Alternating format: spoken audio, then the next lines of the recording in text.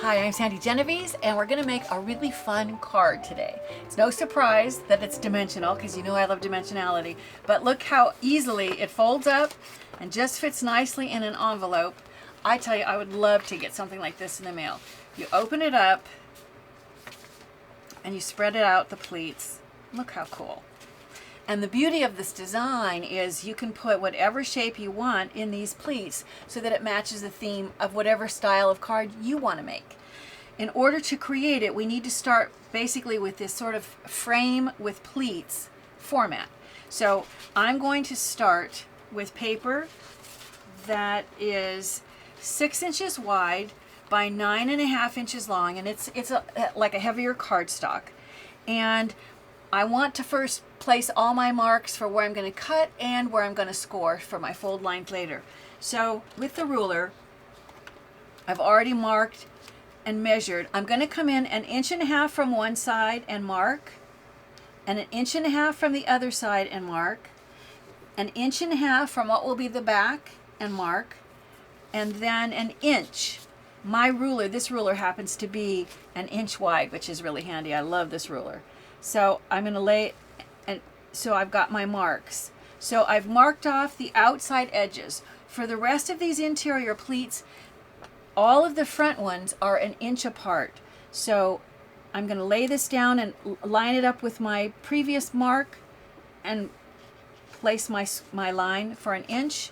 Do the same thing at another inch, another inch, another inch, another inch, and then the one that's left is longer, and that's because I want structure at the back to be tall enough that I can raise this last icon, in my case it happens to be a star, and it needs to sit inside tall enough but not so tall that when you close the card it does not extend beyond the top. So this back pleat I have taller so that I can take my star, instead of having to redraw a star and make the star bigger, I'm just raising it up, and that makes it feel bigger when it sits in the back pleat. So what I'm going to do is I'm going to score on all of the horizontal lines, and I'm going to cut on the 2 vertical lines. It's easiest to score first.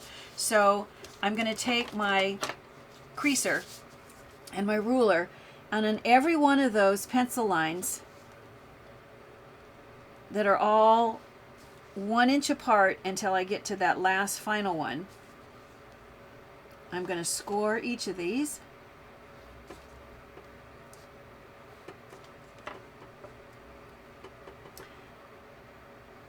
This one is 1.5 inches from the end. I don't even know what this dimension of the actual back of the pleat is because it doesn't really matter. So once you have all of those score lines, now it's easiest to cut.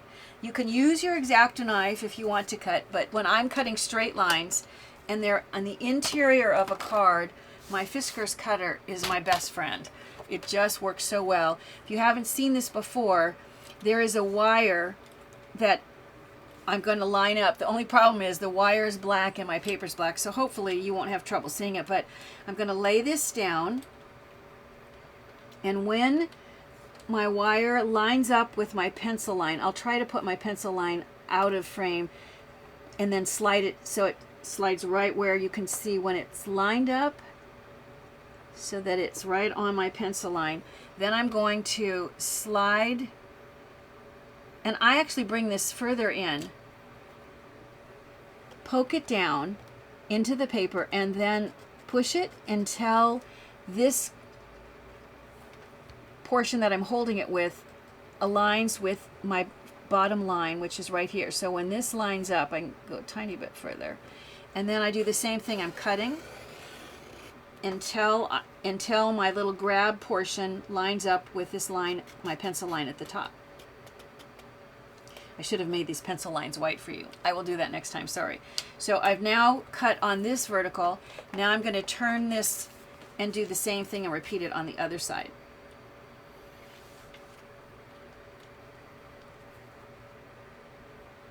So I now have the slits that I need, and I've got the score lines. It's just a question of folding. So you can start on either end. I think that it's easiest to do along my scores to do mountain fold. So I'm going to mountain fold just lightly with my fingers. on my score. And then this becomes a valley, and then a mountain, and a valley. So your accordion folding until you get to this final one, and I'm going to turn this because I don't want the folds to go on this outside. I only want to fold on the inside. I really should have folded the other way because then I wouldn't have to erase my pencil lines. I've done it so my pencil lines, if they're still there, they're going to show.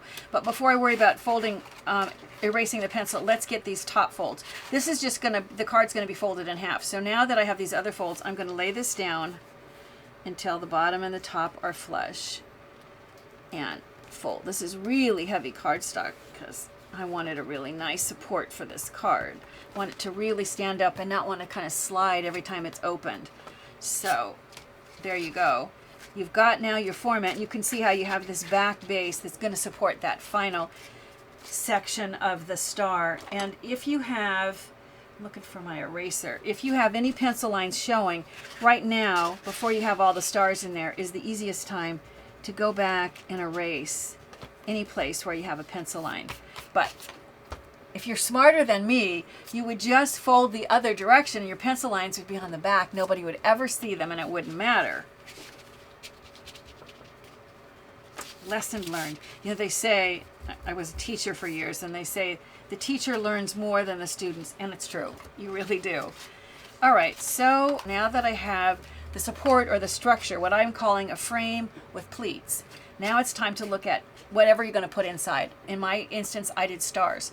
Well, you can see on the table that I've got stars decorated. These two are the same size. This one is smaller. This is the same size, but I want one of them to feel bigger, so I'm going to raise it up when I place it on the card itself. In order to get the stars decorated, I thought I would leave one so you could see the star is an easy thing to add decoration to. I'll leave this as my support, and I can use the lines, the design of the star itself. Don't even have to worry about a ruler or anything. And I'm going to add the yellow polka dots to the top of the star. And then it turns out to me the yellows are too close together. You really can hardly see where you've added that. So I'm going to go back. I'm going to put my adhesive first because all I want is just a really narrow strip. And I'm going to take this, add this. It breaks it up. I think it's a color combination that I like. And then where those two come together, I'll just trim the excess off.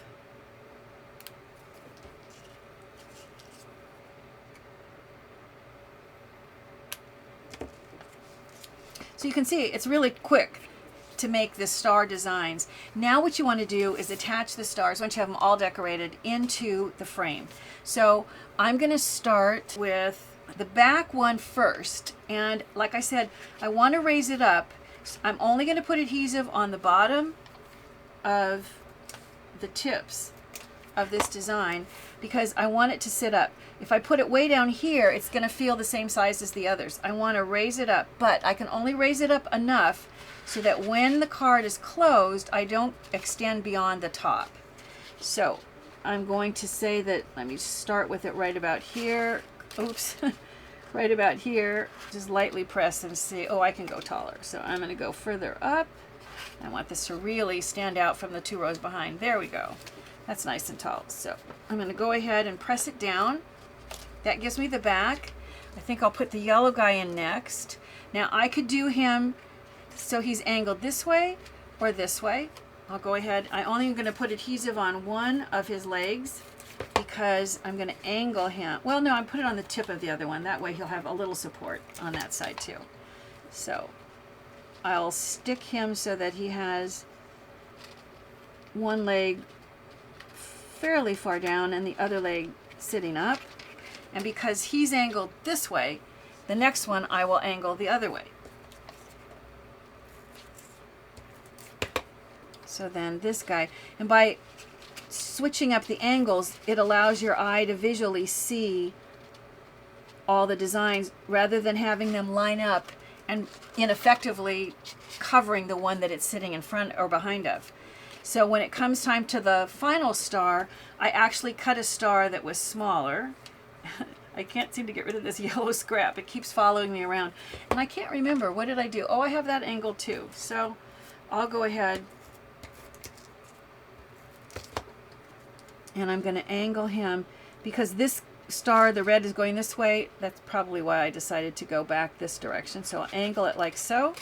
And you can see I've got the pleats. The other decoration that I did is to make the frame kind of stand out. I decided to go back and add some detail at the top. So I'm just going to add a strip of yellow patterned paper to each side. And because this is the one width, whatever size I have here, it will be the same over here. So I'm going to lay this down, which will make it a little bit easier to place this in position.